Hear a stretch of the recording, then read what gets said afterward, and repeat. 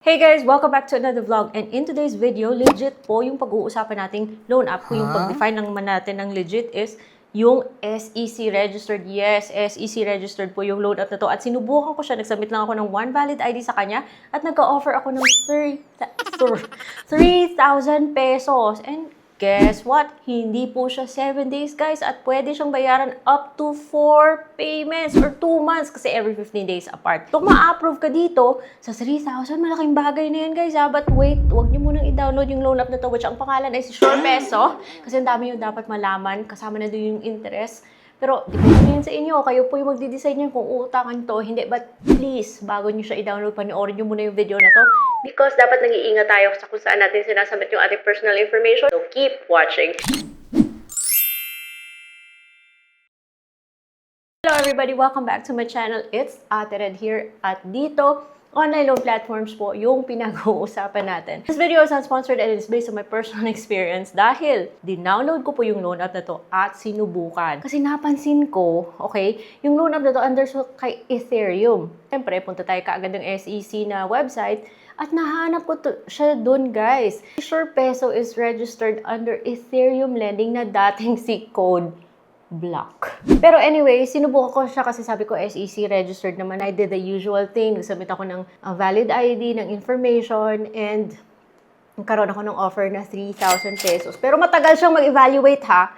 So before I tell you more about the numbers, pag-usapan na lang natin yung application process at yung mga napansin ko sa kanya na I think dapat magkaroon po kayo ng heads up. So yung loan app na to ay nada-download po sa Google Play Store. Kaya dito po siya din-download sa aking Samsung Flip phone.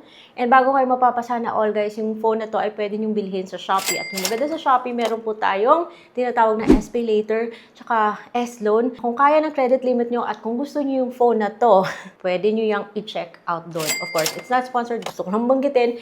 And kung ayaw nyo naman ng cellphone, then kung gusto nyo naman itong mga nakalagay, mga nakikita nyo sa background, guys, nasa Shopee din. So, just in case, gusto nyo rin ng fake plant na yan na napaka-aesthetic. Alam nyo na where to find it. Just click the sticker that's included in this video. So, yun na nga si SurePeso na under sa Ethereum lending, guys, registered. Kaya sinubukan ko rin. Sabi niya, nagpapahiram daw siya ng up to 20,000 pesos. Pero dun sa kanyang listing site, sa Google Play Store, sabi niya up to 40. Pero ano pa talaga? But anyways, let's give this loan up a chance. Yun yung sabi ko. Kaya yung dinownload ko siya, guys, at bumungad po yung mga permissions na gusto niya from you. So, kailangan mag-a-agree ka doon bago ka makapag-continue, ano? And then, nagbigay ako ng phone number sa kanya at yung dumating yung code. Yung code pala ay nanggagaling sa kay OK Peso. Naalala ko tuloy si OK Peso, guys. Yung dating sinubukan ko yung nanakaw ng material kasi yung dating video ko para kay Shopee, na screenshot niya at ginamit niya sa ads niya. OK Peso was under code Block Lending. Siya yung naging si Ethereum now, and si Ethereum, yun yung the company behind SurePeso. I smell something na sa loan app na to, ha. Tulad din siya ni OK Peso na humihingi ng Facebook link. Unlike OK Peso dati, yung loan app na to mukhang buo siyang natatanggap. At I think si OK Peso kasi is 7 days lang. At least this SurePeso, every 15 days ka nang mababayad, so up to 2 months. Ano ba yung makukonclude natin dito na wala ba si OK Peso? Bumalik, nagbago, yung ganon? Pagpatuloy natin yung ating review today. Pinagpatuloy ko pa rin kahit na nade-deja vu ako sa mga mali-mali kong na-sense kay OK Peso dati. Baka nga nagbago siya, di ba? May ano pa ha, parang nang-re-reject pa daw. Ang bilis daw mag-reject ng loan app na to. So yung mga ID types na prefer niya is UMID, driver's license, SSS, passport, postal ID, PRC, national ID. So again and again, yung binigay ko sa kanya initially is my driver's license, which gas-gas na talaga, be. Meron din siyang mga other IDs na tinatanggap, pero sabi niya, choosing the following ID types will reduce your chance of being approved. Please give priority to other ID types if you can. So, what if wala? Pwede kang magsabit ng TIN, voter's ID, tsaka police clearance, pero baka hindi ka ma-approve. Anyway, so pipicturean mo yung ID mo pagkatapos nun magsiselfie ka. Kasama yung ID na yan. So, may ganon. Kailangan mo pang i-fit yung self mo sa frame. So, medyo mahirap, ha? And then, click next. And then, mag-fill in ka na ng mga personal information mo, name, parang si OK Peso dati. Kasi humihingi din siya ng Facebook link. Bakit ganun, ano? Kung legit, sana hindi na humihingi ng Facebook link. Para ano pa, no? So, hingi na siya ng alternative phone number, address, education, yung mga stuff like that. Pero hindi na siya hihingi ng payslip. And 3 emergency contacts po yung hihingin niya na pwede mo namang kunin from your phone book. Just make sure na bigay po tayo ng heads up kasi there's a possibility na matawagan. Kung sakali, alam nyo na. Pagkatapos ng mga contacts, lumabas yung kanyang offer sa akin ng 3,000. Sabi niya, large installment.